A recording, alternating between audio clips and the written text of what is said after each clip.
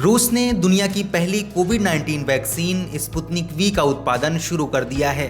रूस ने इसे अगस्त महीने के आखिर तक उपलब्ध कराने की बात कही है।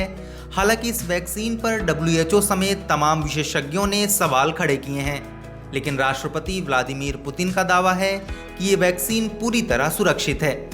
गौरतलब है कि आमतौर पर व्यापक परीक्षण के बाद ही किसी वैक्सीन को अप्रूवल मिलता है, लेकिन रूस ने पहले ही अप्रूवल दे दिया।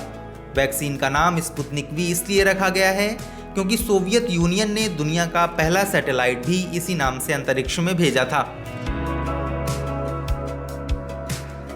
भारत वैक्सीन उत्पादन की अपनी क्षमताओं के लिए पूरी दुनिया में जाना जाता है।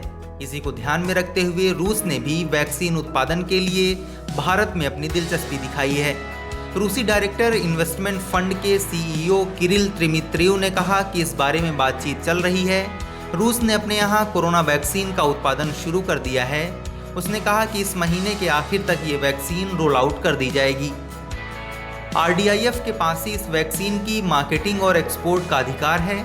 अगर RDIF भारतीय कंपनियों को फेज़ 1 और फेज़ 2 के क्लिनिकल ट्रायल की जुड़ी जानकारी मुहैया कराता है तो भारत में इस वैक्सीन का उत्पादन शुरू किया जा सकता है।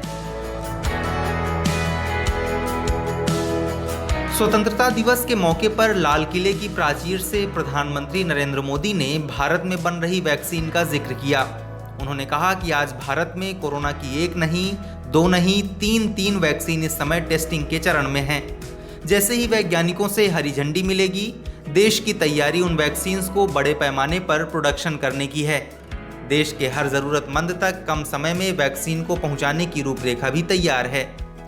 Indian council of medical research यानी ICMR और भारत बायोटेक की बनाई कोवैक्सीन और जॉयडस कैडिला की ZY कोविड का इंसानों पर ट्रायल चल रहा है। इसके अलावा यूनिवर्सिटी ऑफ ऑक्सफोर्ड एस्ट्राजेनेका की वैक्सीन के ट्रायल के लिए सीरम इंस्टीट्यूट ऑफ इंडिया को इजाज़त दी गई है। आपको बता दें कि दुनिया भर में कोरोना वायरस के मामले तेजी से बढ़ रहे हैं और ये थमने का नाम नहीं ले रहे। बीते 24 घंटे में दुनिया भर में 2,47,000 नए मामले सामने आए और 5,140 लोगों की जान चली गई।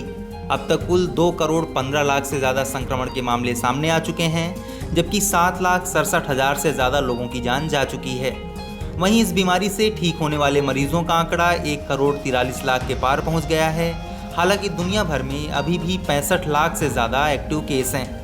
इस वीडियो में फिलहाल इतना ही। आप अपने सवाल और सुझाव हमें कमेंट करके बताइए। बाकी देश और दुनिया की ताज़ा तरीन खबरों की अपडेट्स के लिए हमारे चैनल लोकमत हिंदी को सब्सक्राइब कर लीजिए।